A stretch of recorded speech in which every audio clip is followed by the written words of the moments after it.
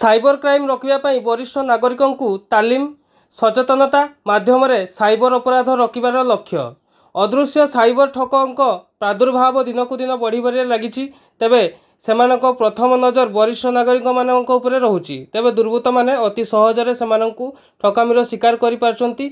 वरिष्ठ नागरिक माने साइबर क्राइम शिकारी किपरि वर्तिबे सेनै सचेतनता करा जायछि। स्थानीय मधुबन स्थित केमिस्ट और ड्रगिस्ट संघ कार्यालय ठारे वरिष्ठ नागरिक मानकु सचेतनता नहीं गुरुवार दिन प्राय 12 घटिका समय तालीम प्रदान करा जायछि। भुवनेश्वर स्थित हेल्प एंड इंडिया संस्था पक्षरु राज्य प्रकल्प संयोजक देवश्री ब्रह्मा वरिष्ठ नागरिक फोरम सदस्य सदस्य मानक तालीम प्रदान करछन्ति।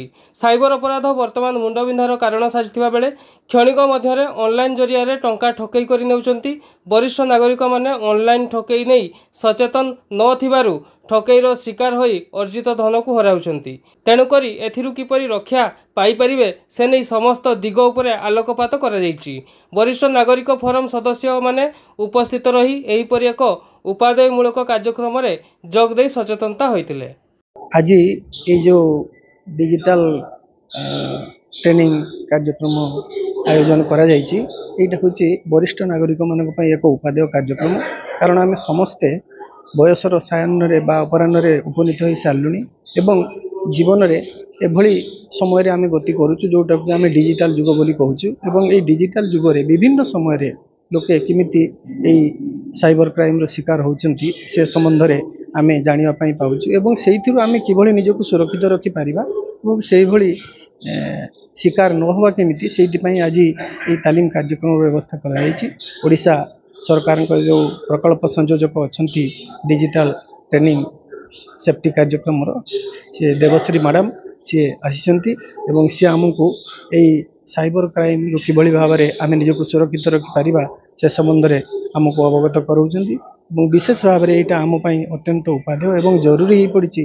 कारण आम यही बयस जदि से कौन साइबर क्राइम शिकार हो ताहले आम मैंने निश्चित रूपे एक भांगी पड़ार बयस यहाँ आमर हो। तेणु से कि आम मुकुड़ा और समाज से कि सुरक्षित हो रही पार से आज यही कार्यक्रम व्यवस्था कर आम से ओडिशा सरकार एवं ये जो प्रकल्प कार्यक्रम चली सेफ्टी डिजिटल ट्रेनिंग कार्यक्रम यहाँ आम एक उपादेय कार्यक्रम यह मोर हृदबोध हो पारी।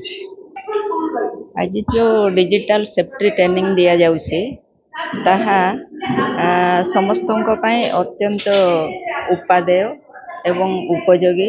विशेषकर वर्तमान डिजिटल इंडिया रे पदार्पण करी सीनियर सिटीजन माने ताकू जानिबारे टिके पछरे अछंती।